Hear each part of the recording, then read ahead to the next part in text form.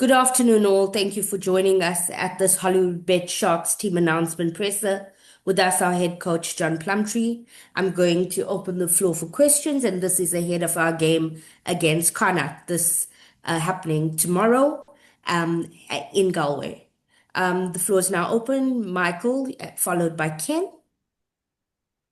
Thank you. Plum, how's things going with you guys? How's preparation going? You've had a bit of time off, but I suppose you guys have had a chance to blend a little bit. Have you kept the same guys that you pretty much playing with on the weekend? Have you had a lot of time with them? Yep. Look, it's been certainly the best pre-season we've had, that's for sure. Yeah, having the boys gave them a break through the November period, obviously, and then had a good period of time with this group. Yeah, we're really looking forward to the game now. We obviously not having a game last week allowed us to prepare well and get the travel. Get the travel part right here and recovery part right here. Yeah, we're going into the game tomorrow feeling really good about our game. And George Whitehead, what's the story there? Has he just been drafted in at fly half? Yeah, I see Masuku's had a lot of injury problems this year. Hasn't really got going yet. Jordan Hendricks has had issues with injuries as well. And we've been running him mainly at fullback, obviously with Fussy being injured. I just like George. I think really good player. I love the way he guided the Greek was that Curry Cup win. Certainly got some real strengths to his game, particularly around the way he can run a game of rugby at 10, just his decision making, his understanding of the game, and his communication is excellent with the players around him. So I just feel we need to have a guy like that for right now. And hopefully we'll be able to get Jordan back up to speed at 10 as well, where he left off last year. But yeah, it's fly half's been tough with injuries and unavailabilities, etc. Yeah, I think I had my eye on George through the Curry Cup, and when we got the opportunity to loan him from Greek which we're really grateful for, I thought it was time to give him a go. Perfect. Thank you. Ken, you can go ahead. Thanks, Navashni. Hi, John. John, I think it's the first time we've spoken to you since the news about the Sharks restructuring came out. How are you going to handle? I mean, it's obviously a bit of an awkward situation that everyone knows what's going to happen in the future, but you've still got to coach this team through until the end of the season. How are you going to handle this sort of awkward period? Yeah, I was wondering if you're going to ask that question. Well done.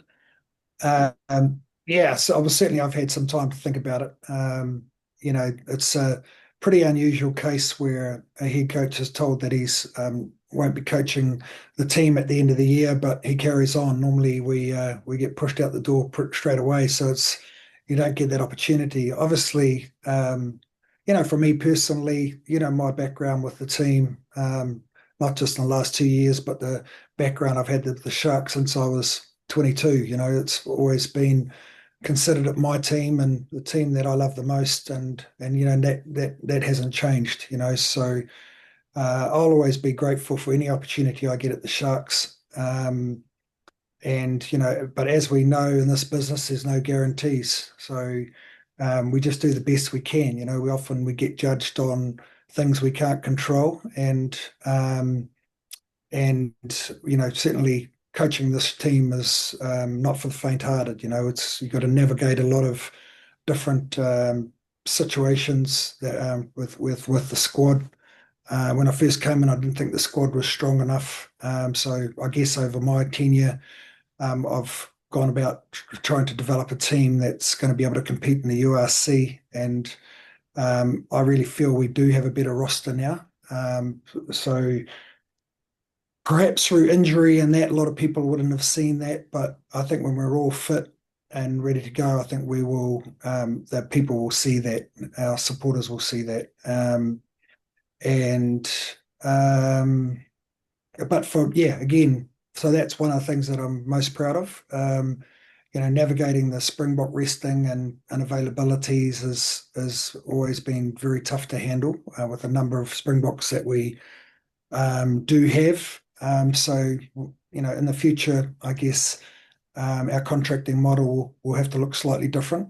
Um, and what else? Yeah, and my attitude is I'll just keep going until someone tells me to stop, and then I know when that time. Well, who knows in this business, but right now I'm still here and still very much committed to doing the best that I can for this team, like I always have done in the past. From an emotional point of view, yeah, of course, we've all got pride and I guess yeah, it hasn't been easy, and I have, um, but again, I always go back to what this team means to me and the people in this team, and I've still got the opportunity to coach some players in this team that I think are going to have significant roles in the future of this team. And if I can play a small part in that now over the next 6 months, then and leave with my head held high, then that's the most important thing for me. My late mother always said to me, "It's just important in life. You always do your best," and I've really think that I've done my best, and that's that's the main thing. Thank you. Mike, followed by Angus and then Nicholas. John, just looking at the team you have selected, George Whitehead at 10. Look, I guess Flahoff has been a little bit of an issue in the first 5 games of the season in terms of game management and just looking for someone to get your game going. What are you looking at in terms of George and what he can deliver, and how has he settled into the squad? Yeah, the players have been really enjoying him because his understanding of the game, his knowledge, his communication levels. There's nothing much that he hasn't experienced before. So he came into our environment the first 4 days, which was pretty impressive, really. He pretty much knew all our language, knew all our moves because he studies so hard. And that was pretty impressive. I watched him in the Currie Cup final, the way he controlled that game. He's good under the high ball.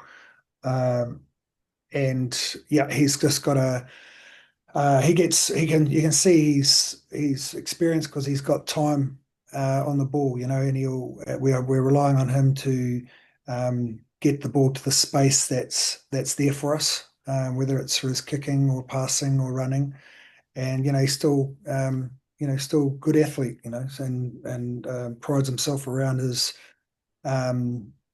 work ethic. So that's pretty much what we see with him.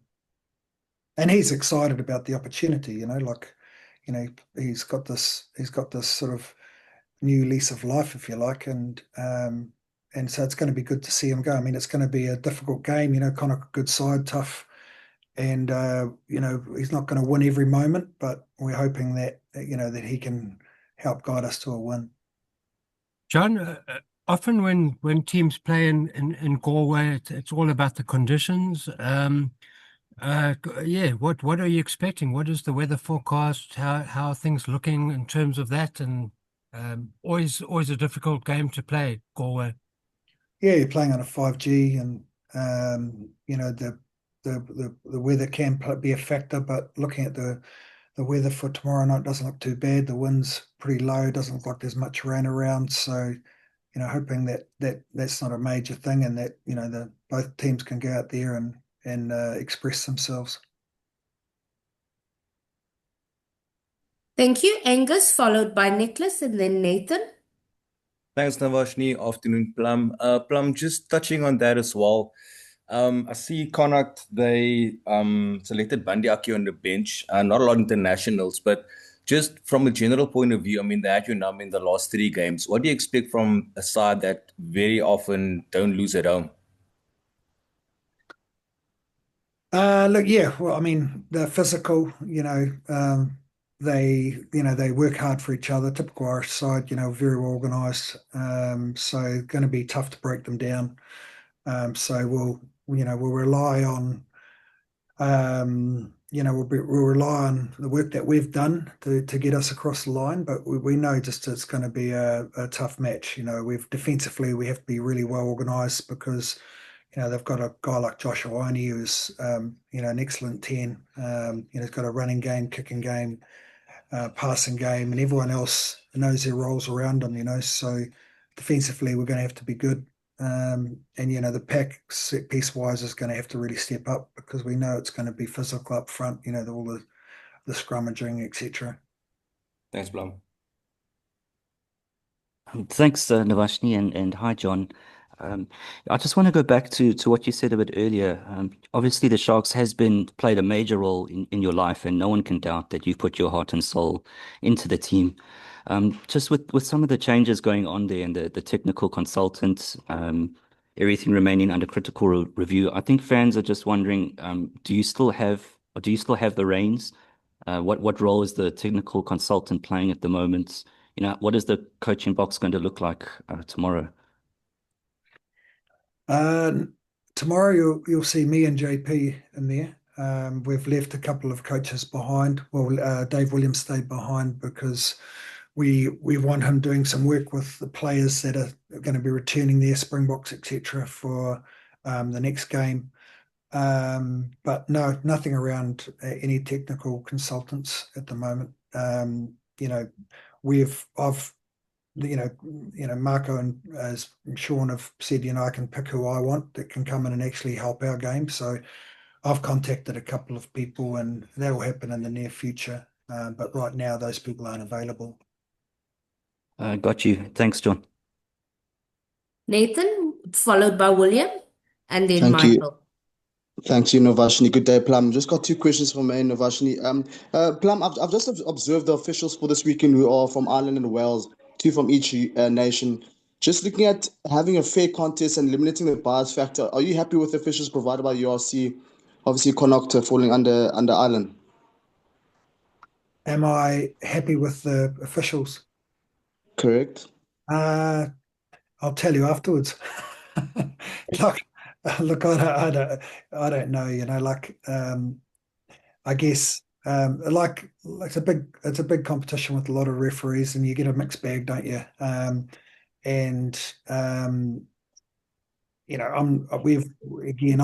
don't really like talking about officials because ultimately in the game, if we can do what we do well, and we're disciplined, that we should be able to look after itself. I'm not relying on having the best referee in the competition or the worst referee. We just got to control what we can control, and like I say, get our game going and be as disciplined as possible is the key thing. We've all seen, through the internationals around, how easily it is to go to 14 men, sometimes 13, I think at times 12. So, just our technique and the way we tackle, the way we hit rucks, we've just got to make sure we take referees' TMOs out of the picture and really good at what we do. Awesome. And then final one from Novashni. John, we haven't had a chance to ask questions since the last Sharks game, but since there's a lot that has happened internally, if Novashni doesn't mind me asking a question, Plum, can you perhaps give us the reason you decided to step down as coach and still stay with the union? It was obviously reported that it was a mutual agreement. Oh, look, I don't really want to get into that because I know it'll be the headline. So it's not for me. Look, at this level, we've all got our roles to play. Like I said earlier, we're in a pretty tough industry. There's no guarantees. I think all we try and do is our best. And sometimes, there are things that affect us as head coaches that we can't control. But it's really important that I I show the leadership that that I pride myself on, and I've promised my boys that I'm here to finish the season strong. Why things are done above me is, it's I can't answer those questions, mate. You'll have to ask them. But at the end of the day, I know where I am right now in Connacht in a hotel room, and looking forward to going into town to get a coffee. Thank you. Awesome. Thank you. William, you can go ahead, followed by Michael Monowick. Thanks, Devashni. Hello, John. I'm actually based in Galway here, so welcome to the Wild West. Were you out training this morning or doing a captain's run in those massive hailstorms that hit? No, we actually just we decided when we saw the hail coming, we decided to stay indoors. We're a bit scared of the rain. Our conditions in Durban are a lot better than this. No, I'm joking. We didn't. I heard the rain because we were in a meeting, but yeah, it was pretty wicked, wasn't it? But no, we didn't train today. Yeah, there was a crazy half hour there. All right, it was nasty. Nothing like that tomorrow night, I hope.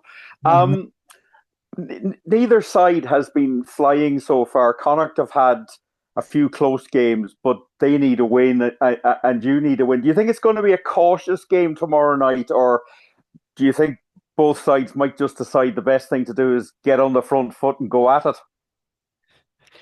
I think both sides will get on the front foot and go at it. Yeah, definitely. I certainly don't want my boys to. I think the worst thing is, I think the worst thing you can do is prepare a rugby team and then just go out there and tell them to be cautious. So we've got to be able to, we've got to be brave. We've got to have a crack. And that's a lot what we've talked about during this preparation. So I've worked hard, and I'm sure they have as well. None of us, both teams won't be happy where they're at, but I've watched a couple of Connacht games, and I thought they played bloody well against Munster down there, and could have won that game. So we know what quality they are, and we know we're going to have to be our very best to win. Well, have a good game, and we'll catch up afterwards. I hope it goes well for you. Thank you. Thank you, Michael Monowick. Thanks. Plum, how's the mood in the camp? Obviously, you guys are excited to be back on the field, and it has been a bit of a tough start to the competition, but there's loads of potential. You've also got a tough month ahead of you, so obviously keeping the guys in good spirits is important. But how is the mood, and how are you guys looking forward to this whole month of really challenging fixtures? Yeah, look, I think it's just one game at a time. Like I said, with this team, one of the challenges with this team at this time of the year is just all of the changes. We feel like it's almost like you're coaching the barbarians. You bring them in for a couple of days, you play a game, and then all of a sudden your team changes again. So lack of consistency through some injuries and unavailabilities, obviously with the Springboks, makes life difficult. We don't have the cohesion that we want at this stage of the season. But due to, if you look at our front rowers tomorrow, we've got 4 unavailable, with Sim Matanzima being out for a while now, which was our latest injury. But the good news is we'll get a couple of locks back, with Emil van Heerden being available, Jason Jenkins being available. Our loose forwards are there. I'm really excited about young Matt Ramoa coming into the frame. I think it's his first URC start. So yeah, we've there's some Leroux Milan, bringing him from overseas after playing in America, then playing for Hawke's Bay in the NPC in New Zealand. I like the look at him. He'll be coming off the bench. So, and then we've got Edward Mapimpi, obviously Jordan, hopefully get him back into some good form, and some older heads around the 10-12 position. And of course we've got, Jaden and Grant. So, we've got the team in the back lines looking good, the loose forward looking good. We've just been affected with our front rowers being unavailable, obviously losing Ruan Duran with the ACL, and Ox not being available, and Sim now, where our front rowers have been affected. Hunter Jacobs, is good to have him back in after a long layoff with a wrist injury. So it's good to have him back in. So, there is the team's spirit's good. We've done some good work around having some nice little connection days. We've had a bit of fun, and it's just really important that the decisions that have been made for the future, we just keep that in check. Like it's making sure that my mood is where it always needs to be, and all the management and coaches around me are the same. And everyone just keeps working real hard until they're told to stop. And that's the nature of our business. Thank you very much. Thank you very much. Are there any further questions? Firm, you can go ahead. Thanks, Tavashi. Hi, Plum. Hope you're well. Just sort of adding to your previous answer, just how we've obviously known for a while now that the Wales test was going to fall right out of outside that test window. But how did those conversations go? Was it from the start decided that you would get 2 Springboks or that specific Springboks, or was it, just a matter of, constant conversation, and by the end of it, they decided, okay, Grant and Ed will be available, but not Sia and the rest of them. Just give us some insight into how it was decided who's going to play and who's not going to be available for the box. Oh yeah, there were a whole lot of conversations and processes that were over the last 2-3 weeks when we all knew the game was going to fall outside of that Regulation 9 window. Obviously, it's not ideal for the URC clubs, but it is what it is. We don't make these decisions, play these games, do we? So that's happened, and we just have to deal with it. And how those 2 got delivered back to us, I wouldn't have a clue. I was busy preparing the rest of the boys, and then I got told that they were coming back, and so they're here. So yeah, how it all happened, I don't know. I wasn't part of that process. Okay, if there's no further questions, media, thank you very much for your time, and Plum, all the best to you and the team. Thank you. Thank you. Thanks, Tavashi. Thanks, John. Bye, Good luck. guys. Thanks, Tavashni. Thanks, John. Thank you. Bye.